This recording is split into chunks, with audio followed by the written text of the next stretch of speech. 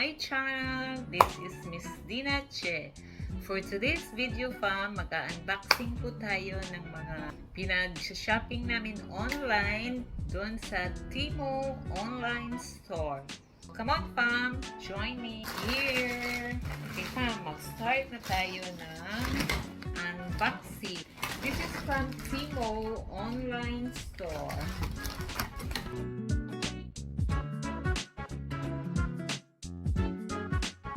Check natin kung walang problema yung mga item nila.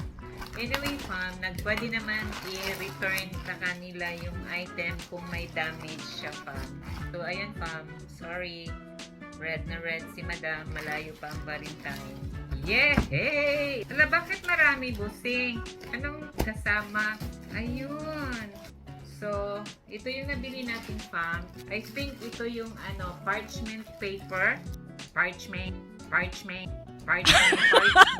paper para sa oven fam. Then, ito yung ziplock para inside sa ref, mga stock like fruits. So, ito yung ipapakita ko sa inyo fam. Ayan, ziplock. Manipis lang siya. Tapos, meron na siyang body. Yung pwede lang siyang tumayo. Yung pwede mo siyang itayo fam. Pero, ano lang talaga siya, yung plastic lang siya ng ziplock. Akala ko may kakaibang klase ng ziplock, yung makapal.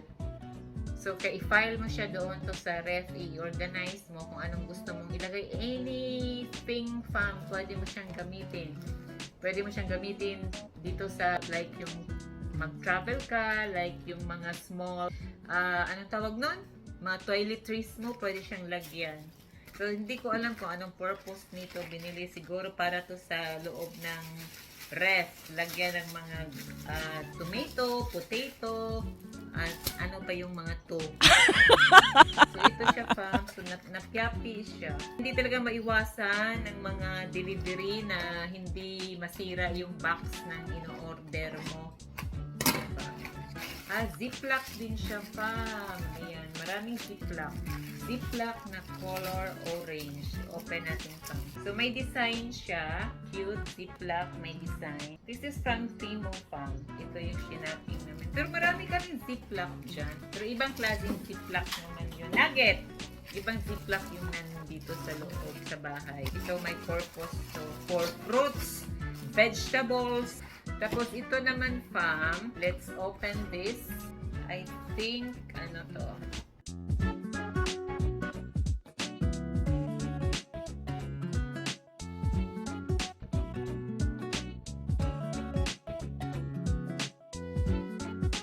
Dispenser siya fam.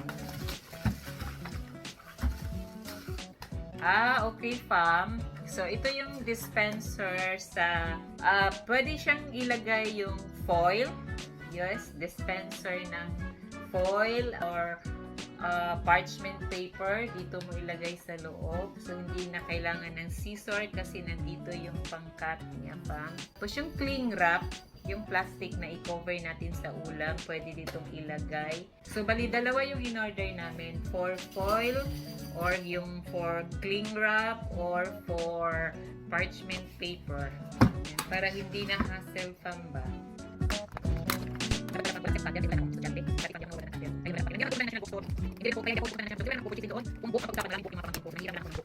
So, dalawang item dispenser fam. So, pang cling wrap, at saka, kasi mostly ginagamit natin dito fam, parchment paper at saka cling wrap para sa ulam. So, dalawa siya.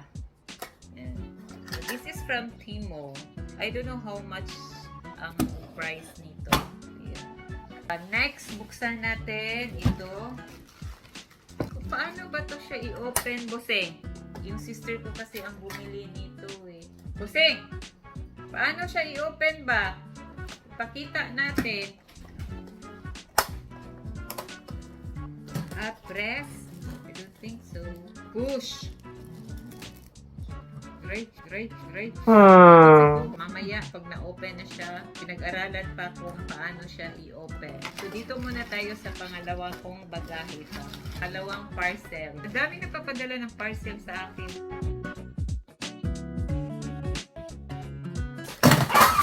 Oh my God! Yun ang tamang open, fam. Ibagsak. Open, hala, may nalaglag. Na-open siya, fam. May nabali. Ayan, nabagsak. Kaya na-open siya. Ganito. So, ibagsak lang pala, fam, para ma-open. No joke lang. Ito parchment paper yan. Yay! Woo! Woo! So, wala na, fam. So, this one is organizer.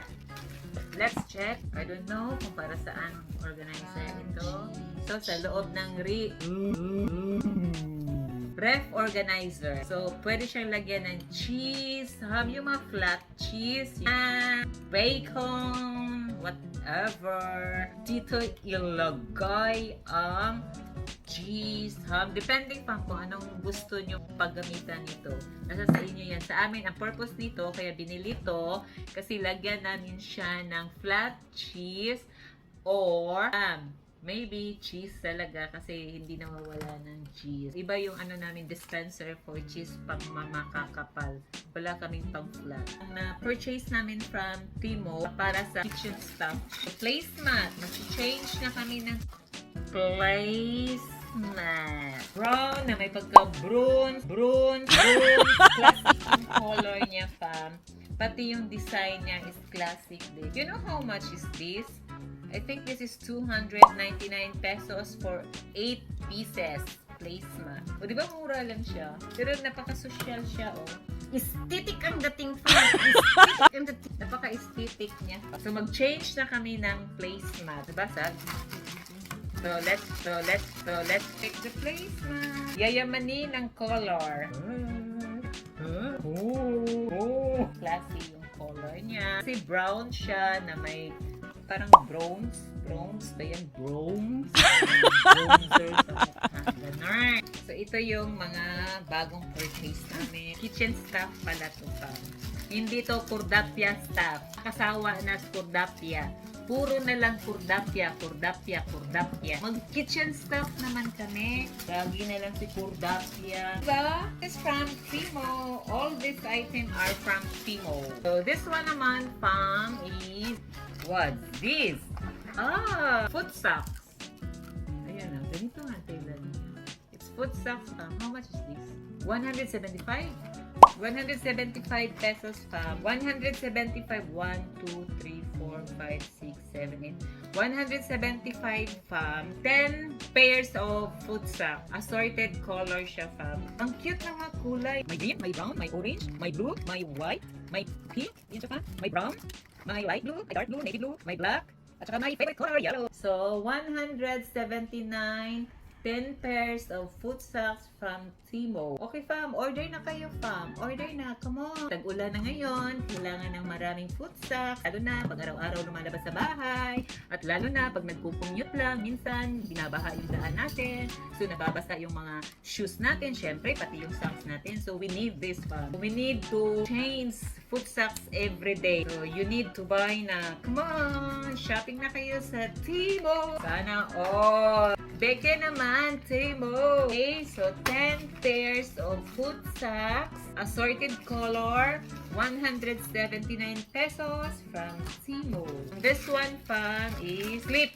Yung suction. Ano tawag nito? Hindi ko alam kung para saan ito. Ay, ganito. Yan. Yung mga ganitong hangiran. Siguro ang hanger nito medyas or bra. I don't know kung saan siya useful. Hindi ko alam, pero since pinurchase to, so may paggagamitan nito. Ako, pag bumibili ako nito, fam, hindi ganito yung binibili ko. So, yung binibili ko, yung parang acrylic, yung klase ng plastic. Pero, matibay, makapal. Kasi meron ako nabili dito, siguro 3 piraso or 4. Ilang taon na to? 2019 ko siya nabili doon sa Mandaluyong Mall. Hanggang ngayon, gamit pa rin siya. Nandyan pa rin, hindi siya nag-crack, hindi siya nasisira, hindi siya everything. So, nice siya. Hanggang dito na lang, fam, ang aking unboxing at pag-share sa inyo. At sana'y huwag kayong magsawang sumuporta sa aking channel.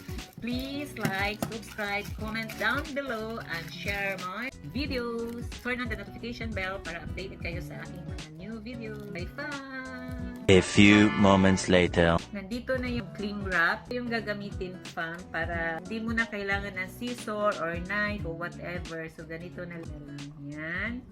Slide mo lang to siya. Pull, tapos ganyan. Ganyan, tapos cut. Ito na, fam. Yeah! Easy! Di ba? Hindi na hindi na ganun, hindi na kailangan paano ba to? Hindi na kailangan. Tsaka hindi na siya kakrumpled yung plastic. Straight siya. So, ganun din yun ang parchment paper o yung foil. A few moments later. Unboxing tayo ng order ko from Timo. Hindi, ano lang to? Gadget to siya. Tada! Woo! Tripod. Nasira yung box. Tignan natin fam. Yan siya fam. Ito fam oh. Tripod pa. So lang, hindi ko, paano ba to? Hindi ko alam kung paano. Kasi yung tripod ko kasi pa, yung mumurahin lang. Ganyan. Tapos ganyan. Paano to? Paano to na? Ayan siya fam. Ayan, hindi ko alam kung paano siya ibuka. Tada! My pods. Ano siya? True wireless headset siya fam. Ayan fam. Tripod. Bluetooth. Ayan, ganyan. Ay, kabobo. Ayan. Nag-charge na to, anak. Ayan siya fam. So, nag-charge na siya kasi umiilaw na siya eh. Ganyan pala yan. Ganyan. Ayan fam, ito yung USB niya. Ito yung pinaka-ano niya, adapter. Ito pala yung pinaka-adapter fam. Wala sa bundok. Ngayon lang. Tapos ito yung USB niya. Yes, MyPad True Wireless Headset. Ano yung wireless 5.4? Try lang natin. Malay mo, matibay, di ba? Mura lang to. Try natin charge pang Yun! Pala yung pinaka-adapter niya. Open natin fam. Ayun, nag-charge siya. Charging. So, pwede na itong gamitin siguro mamaya kung fully charged na. Ito pala manual. Basahin natin kung paano. Italiano. Dutch, Espanyol, Frances, Italian. Wala may English. Oy. English. Ito yung English. Ito yung unboxing ko fam. Earphone, wireless, at saka monopod ko. Ayan. Kabarato na biyan nga monopod fam. Try lang natin fam. Uy, ano? Oh, may bawag na siya fam. Buang na. Sige fam. Oy, bye-bye. See you next time. Bye.